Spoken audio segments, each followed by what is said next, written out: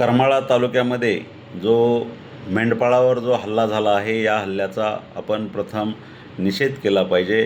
कारण एखाद्या गरीब कुटुंबातील एखाद्या मेंढरासारखं मेंढरा पाळणाऱ्या लोकांना किंवा सांभाळ करणाऱ्या लोकांना जर कुत्र्यासारखं मारत असतील तर या गोष्टीचा जाहीर निषेध केला पाहिजे.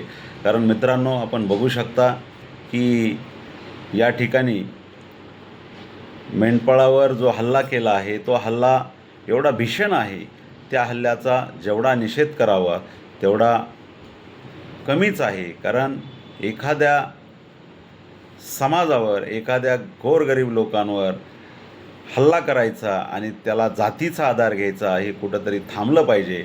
कारण या मेंढपाळावर जो जीवघेणा हल्ला झाला आहे तो हल्ला नक्कीच निंदनीय आहे आणि असे हल्ले महाराष्ट्रामध्ये होऊ नयेत यासाठी कडक कायदा करणं काळाची गरज आहे. तो मग जातीपातीच्या पलीकडे जाऊन, कारण आपण एखाद्या समुदायावर हल्ला करतो आणि आपण जातीच्या आड लपत असू तर हे कुठंतरी थांबलं पाहिजे.